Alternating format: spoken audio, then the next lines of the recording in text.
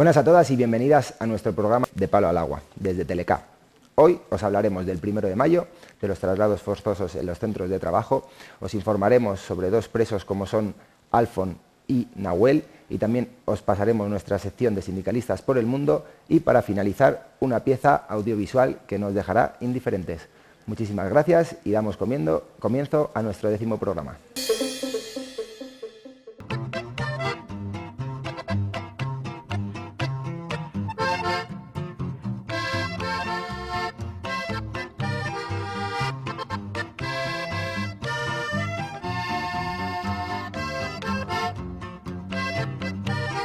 Sea el 1 de mayo o cualquier otro día, no olvides defender tus derechos y libertades. Ya sabemos cómo se las gastan haciendo reformas laborales, leyes mordaza o encarcelando a las compañeras que defienden las libertades.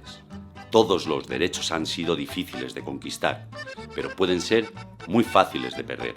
No los pierdas de vista. No dejes que te líen y te hagan el truco. Los que quieren recortarlos ganan mucho a cambio de nada.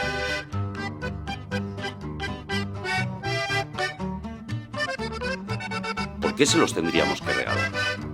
Hay que estar atentas porque los derechos solo existen si nosotras los defendemos.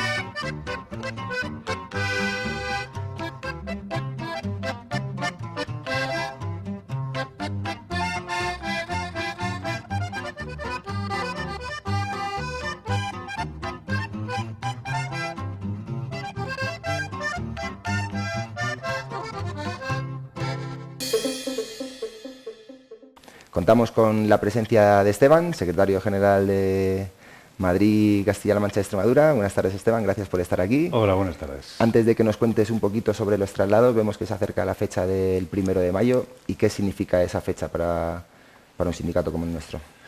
Pues el 1 de mayo, claro, es una fecha, bueno, históricamente, pues ya sabemos todos lo que significa, es decir, a finales del siglo XIX, una lucha por las 8 horas, que se salda con 8 personas, bueno, 2 de ellas ajusticiadas, los demás con distintos encarcelamientos en Estados Unidos, en Chicago.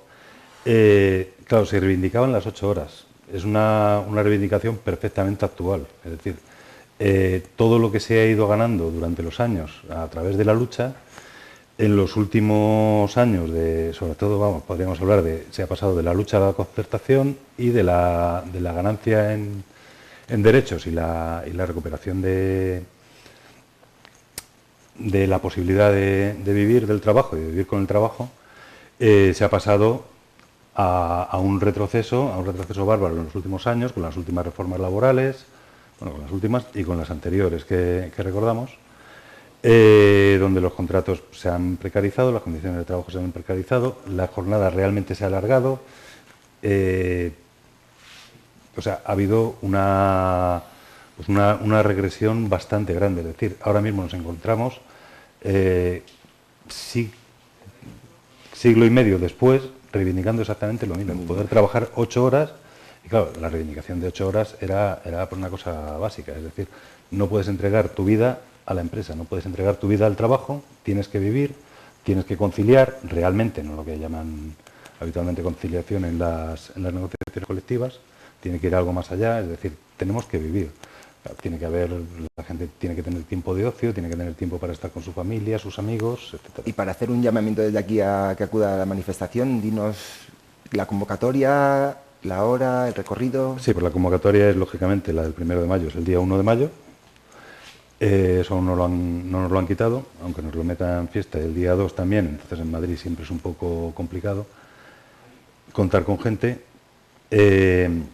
Pero vamos, los últimos años se ha dado bastante bien. Vamos a hacer una manifestación unitaria entre 7 organizaciones sindicales, somos los convocantes, es decir, CGT, Solidaridad Obrera, el Sindicato Asambleario de Sanidad, el Sindicato Único de Sanidad e Higiene, AST, COBAS y la Plataforma Sindical de la MT. Luego vamos a hacer un llamamiento también, lógicamente, a las marchas de la dignidad y a todas las organizaciones, a la gente que está moviendo las plataformas contra el TTIP, a organizaciones sociales, a todo el mundo, asambleas, etcétera, a todo el mundo alternativo. ¿Y el recorrido desde Plaza de la Beata? No, desde Legazpi. O sea, esta vez empezamos un poquito más abajo, esperemos que sea un poco más nutrida incluso. Las últimas ya te digo que se han dado muy bien. Empezaremos en Legazpi, continuamos por Delicias y subimos hasta Atocha. Vale. Luego, una vez que acabe la manifestación, pues como hemos hecho también en años anteriores, vamos a dar paso a un concierto. En este caso, un concierto, claro, es un concierto reivindicativo, es decir, siempre buscamos grupos que sean cercanos, grupos que tengan, que en sus letras hablen de la lucha y hablen de las necesidades sociales. Y este año vamos a contar con Reincidentes y COPS. Cada vez que te cambian de puesto de trabajo, ¿es un traslado? ¿Se considera traslado? Según el Estatuto de los Trabajadores, no. Según el Estatuto de los Trabajadores, un traslado supone un cambio de residencia. Claro, esto es bastante ambiguo. Es decir, en provincias muy grandes te pueden estar mandando de punta a punta y quién considera si hay necesidad de cambio de residencia, si tienes transporte no lo tienes. Es decir, no está demasiado claro. No está demasiado claro como todo lo que hay en... ¿Te tienen que avisar con algún tiempo específico de antelación sobre ese traslado? Sí, te tienen que avisar, además te tienen que justificar las causas. Pero claro, las causas son tan ambiguas como que son causas organizativas, de producción, técnicas, etcétera. Es decir, cualquier causa que al empresario le venga bien. ¿Cómo te lo tienen que comunicar? Suponemos que por escrito. Te lo tienen que comunicar por escrito. Por escrito, con días de antelación. Ante un traslado forzoso, ¿cabe la posibilidad de pelear por que no te asignen ese traslado? Jurídicamente sí, lo que pasa es que, claro, puedes ir contra las causas. Es decir, lo que puedes buscar es que el juez diga que no había causa para que motivara el traslado. Pero claro, al ser tan amplias las causas, a ver qué juez lo explica. ¿Y sin una causa motivada o justificada se puede cambiar alegremente a las plantillas de las empresas? En teoría no. En teoría no, pero claro, al final va a ser un juez el que tenga que interpretar una norma absolutamente abierta a la voluntad del empresario. Si sufrimos un traslado forzoso, ¿nos tienen que respetar categoría, horarios? Bueno, aquí habría que distinguir una cosa, habría que distinguir entre traslado y un cambio temporal. No me acuerdo exactamente cómo le llaman, pero vamos, es un cambio temporal que se supone que está limitado. El traslado te tienen que mantener, la categoría desde luego te la tienen que mantener, te podrían dar una superior o te podrían dar, ahí entraría también a jugar, claro, porque al final hablan de movilidad funcional y geográfica. Te podrían rebajar la categoría, pero te tienen que mantener el sueldo. O te pueden poner una categoría superior y entonces sí te tendrían que subir el sueldo, lógicamente. Pero el traslado en sí no lleva a consecuencia de que te paguen más por los daños que te ocasionan en ese traslado. Sí, al ser un traslado forzoso te tienen que pagar algo. Lo que pasa es que el Estatuto de los Trabajadores en eso también es un poco ambiguo. Es decir, habla de la necesidad de que el empresario y el trabajador se pongan de acuerdo y siempre respetando los mínimos que establece el convenio. Claro, el convenio, los mínimos serán mínimos, si es que lo pone. A lo mejor el convenio ni siquiera contempla que haya más de un centro de trabajo de la empresa o que haya un centro en otra provincia que se haya ya abierto posteriormente. Pero vamos, puede contemplar un mínimo. Pero claro, la negociación, cuando se da entre un trabajador y un empresario, se va a limitar al mínimo, porque es un traslado forzoso, es el empresario el que te obliga y es son las circunstancias las que te obligan a asumir lo que te vayan a dar. ¿El hecho de tener cargas familiares podría afectar positiva o negativamente a los traslados? Afecta, en teoría, a los traslados temporales y como una posibilidad de que no sea el trabajador que tiene o la trabajadora que tiene cargas familiares, o sea, que pase a un segundo plano, que tenga la posibilidad de que no le apliquen en primer lugar el cambio. Lo que pasa es que si son cambios temporales, normalmente las empresas aplican una movilidad temporal cuando las causas o sus intereses son permanentes, con lo cual hay una rotación. Entonces al final le acaba tocando al trabajador. Claro, se supone que hay un límite, pero eso... Y para terminar, se quiere atajar... ¿Qué tiene que hacer una trabajadora cuando recibe la notificación de un traslado forzoso? Pues automáticamente ponerse en contacto con la representación sindical y con un abogado. De acuerdo. Si nos pasamos ahora a nuestra sección Sindicalistas por el Mundo. Gracias. Bienvenidas a Sindicalistas por la Historia. Hoy os queremos hablar de Polonia en plena época soviética. Decíamos en un programa anterior que en los años 60 y 70 del siglo XX, una fuerte oleada de descontento sacudió todo el planeta. También el bloque soviético y sus trabajadoras se vio afectado. Ya en 1956, con la relativa apertura que supuso la muerte de Stalin, Polonia y otros países cercanos vivieron levantamientos populares en los que la cuestión obrera jugó un papel determinante. Y es que los estados del este tampoco consiguieron acabar con los problemas laborales. Y aunque fue más famosa la Revolución de Terciopelo checa, fue en Polonia donde estas protestas alcanzaron mayor relevancia. De hecho, podríamos decir que aquí comienza el declive del régimen autoritario. La mañana del 14 de diciembre de 1970, miles de trabajadoras de los astilleros de Dash abandonaron sus puestos de trabajo para concentrarse frente a la sede del partido. La chispa que provocó el estallido de la huelga fue, como en tantas otras veces, el anuncio de una brutal subida de los precios de algunos productos básicos. Rápidamente, otras industrias y la mayoría de ciudades y núcleos industriales siguieron el ejemplo. Dash y Szczecin, otro importante puerto del Báltico, fueron el epicentro del movimiento. Pese a la violenta reacción de las autoridades con al menos 50 muertes y 3.000 detenciones en pocos días, las huelguistas no se echaron atrás. Pero el tiempo jugaba en su contra. Las relaciones de los cuadros sindicales y comités de huelga con las asambleas obreras eran cada vez más tensas. Los acuerdos tomados en estas no se respetaban y los objetivos iban siendo olvidados. Muchas trabajadoras, cansadas, empezaron a volver a sus puestos. A finales de enero, sin embargo, un torpe movimiento de propaganda del gobierno dio nuevas fuerzas a una lucha que agonizaba. En menos de un día, la huelga renació en Szczecin, paralizando al completo la ciudad. Un nuevo comité, más militante y decidido, se propuso hablar directamente con el gobierno. Aterrorizado ante la posibilidad de una huelga general en todo el país, este se vio obligado a ceder a la mayoría de las reclamaciones obreras tras apenas 9 horas de negociaciones.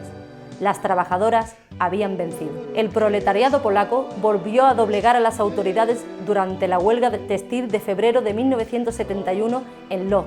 Con el levantamiento desde la periferia de Varsovia, se extendió por todo el país en 1976 ante un nuevo incremento de precios. En junio de 1980, en los astilleros de Dash, va a comenzar una nueva huelga. Esta vez, sin embargo, las cosas tomarán un derrotero muy diferente que ya os contaremos en otros programas de Palo al Agua. Muchas gracias. Muchas gracias, compañera, por ese vídeo que nos has preparado. Contamos ahora con la presencia de Elena Colora, madre de Alfon. Buenas tardes, Elena. Buenas gracias tardes. por estar aquí. Contamos también con Paul, padre de Nahuel. Gracias por estar aquí. Muchas gracias a ti. Elena, ante los 10 meses que se van a cumplir de la entrada en prisión de Alfon, cuéntanos cómo se encuentra en la actualidad. Bueno, él personalmente se encuentra fuerte y entero y bueno, está resistiendo bien. Ahora mismo, como sabéis, está en la prisión de Navalcarnero cumpliendo una condena de 4 años bajo una acusación falsa y un juicio político donde no se pudo demostrar nada de lo que le acusaban y está dentro de la cárcel en un régimen especial, de especial vigilancia penitenciario, que el FIES 3 BA de banda armada, cuando en su sentencia en ningún momento apareció como que pertenecía a ninguna banda, no sabemos a qué banda se refiere. Y bueno, pues esa es la situación, se ha recurrido 2 veces el FIES, ya se ha desestimado, ya está en la audiencia provincial y lo único que nos queda también para recurrir la sentencia es ir al Tribunal de Estrasburgo. Vemos que Alfon fue detenido en el contexto de la huelga general de noviembre de 2012. ¿En qué contexto fue detenido el compañero Nahuel? Nahuel fue detenido el 4 de noviembre del 2015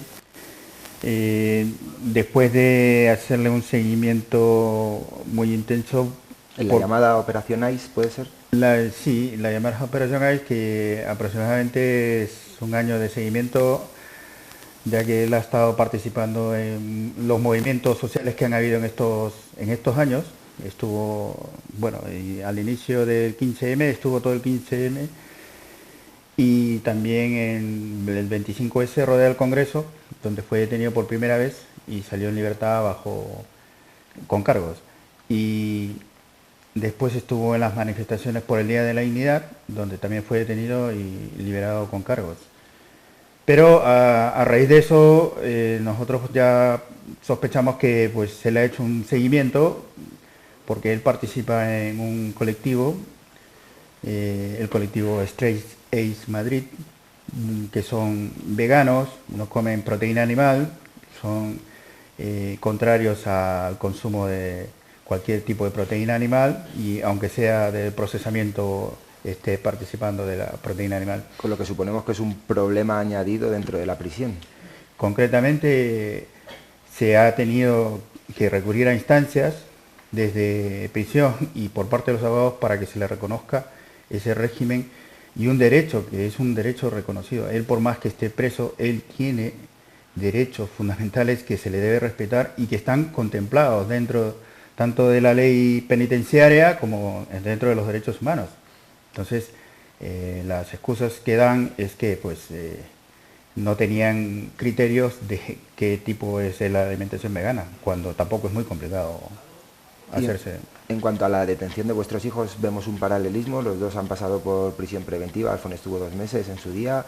Nahuel va camino de los 6 meses sin un juicio previo. Los dos son jóvenes. Están señalando a la juventud combativa. Las están usando como cabeza de turco. Se están dando montajes policiales. Eso está claro, en este país hay listas negras. Bueno, de hecho hoy hay una operación, la operación Araña 4, que están deteniendo a jóvenes por todo el Estado.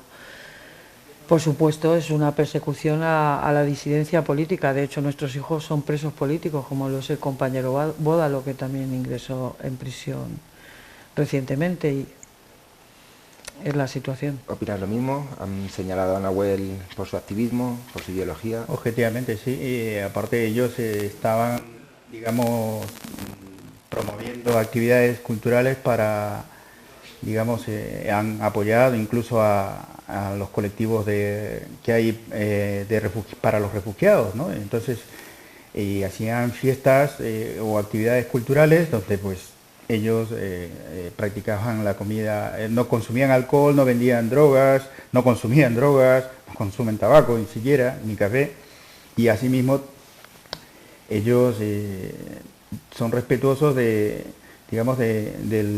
criterio que, digamos, por pensar diferente no te pueden investigar o no puede ser delito pensar diferente. Creemos que en esta sociedad que se llama, o este Estado que se autodenomina democrático, debería por lo menos practicarse eso, ¿no? Que los derechos fundamentales de las personas sean respetados a todo nivel. Y el hecho de opinar diferente yo de aquí, de la compañera, o pensar diferente de ti o del resto de compañeros, eso no me puede ponerme entre comillas, el malo de la película, o el terrorista, o el extremista, ¿no? Ahora se han usado esos estereotipos de personas que para, digamos, hacer una campaña negativa o contraria, ¿no? Todo lo que se oponga es lo malo. Para quien no sepa bien sobre el caso de Nahuel, ¿dónde se puede informar? ¿Redes sociales? ¿Plataforma? Hay una plataforma, se llama Nahuel Libertad, y es un blog que está en las redes, donde más o menos se explica el caso, cómo se inició y las luchas que se están llevando, ¿no? Normalmente intentamos nosotros difundirlo lo máximo que podemos dentro de nuestras limitadas posibilidades, porque objetivamente no somos un grupo económico fuerte, ni con medios, ni con apoyos de nada. Simplemente somos personas normales, que algunas trabajamos, algunas estamos en paro, y nos defendemos de esa manera. Y asimismo también tratamos de dar a conocer esta realidad palpable que se vive en el Estado español. Hay presos políticos, aunque el Estado lo niegue o no lo quiera reconocer, objetivamente porque sus intereses se contraponen.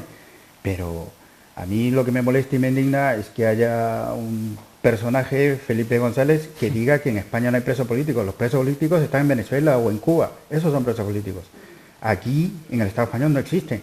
Pero entonces vemos la realidad contraria, que la gente que protesta de esta opresión del sistema económico que se nos aplica, que nos oprime, la gente que es contestataria a ese régimen, pues esa es la mala de la película. Esos son los malos que hay que combatir, no a los delincuentes económicos, ni a aquellos que están teniendo su dinero en paraísos fiscales, o engañando o estafando a la gente, o afectando a estas personas que han estado confiando en los bancos y en las, digamos, estafas de las preferentes, ¿no?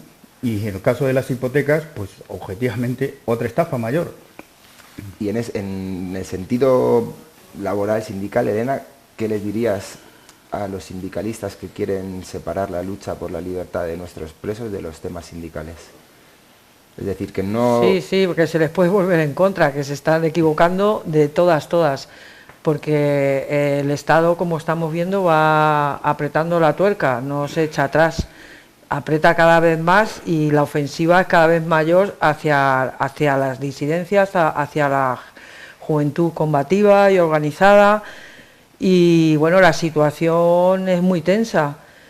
Y cada vez las condiciones laborales cada vez son más precarias y ya no solo que sean precarias las condiciones laborales, sino el paro que hay.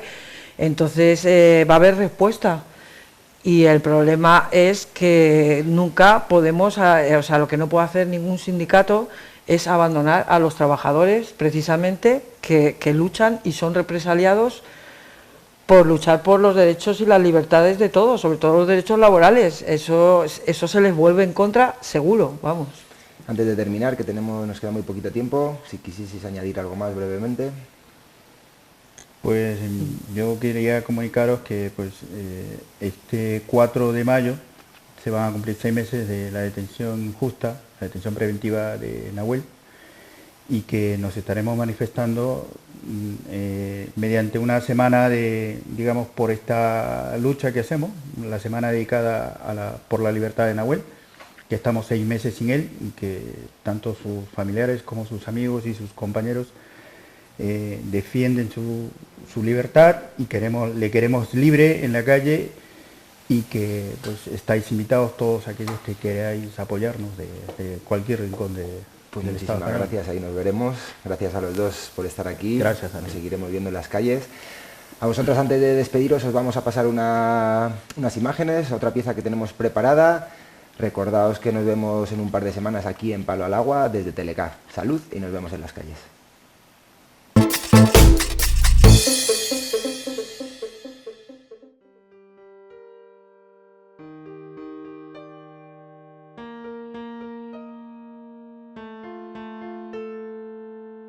...14N 2012... Alfons se dirigía al piquete unitario de su barrio por la huelga general europea del 14 de noviembre de 2012 para reivindicar no más paro, no a la reforma laboral, no a los recortes sociales, no a la privatización de la sanidad, la enseñanza. Fue detenido y acusado, entre otras cosas, de supuesta tenencia de explosivos. El propio fiscal ha reconocido que las pruebas efectuadas no han registrado huellas del joven entre los explosivos que supuestamente le fueron sustraídos. Régimen FIES. Alfons ingresa en la cárcel de Soto del Real, Madrid, bajo el régimen de alta seguridad FIES, conocido como la cárcel dentro de la cárcel. Este régimen es el arma de fuego con el que se apunta a la sociedad, siendo los presos políticos las balas disparadas hacia la conciencia social para anularla y castigarla. Alfons es sometido a tortura psicológica, interrogatorios con policías encapuchados, cambios de celda. La intención, anular mentalmente a un joven de 21 años de edad comprometido con las causas sociales. Red Social y Liberación de Alfons. Gracias a diversos colectivos, grupos de solidaridad y movilizaciones internacionales del día 28 de diciembre de 2012, se rompió el silencio informativo que pretendía mantenerle en el ostracismo. Alfons salió de la cárcel a los 56 días de ingresar, 18S 2014. Fecha en que se celebrará el juicio donde se piden 5 años y medio de cárcel por asistir a un piquete de su barrio, Vallecas, por la huelga general europea del 14 de noviembre de 2012. Por desgracia, estos 56 días se pueden convertir en 5 años y medio, una vida que con 22 años se llevará un Estado fascista y criminal. Es el momento de que la lucha y solidaridad continúe, y no solo eso, es el momento de que este apoyo se haga más grande que el miedo con el que nos quieren dominar, porque sabemos que no hay mayor miedo que perder la libertad. Todos y todas somos Alfons.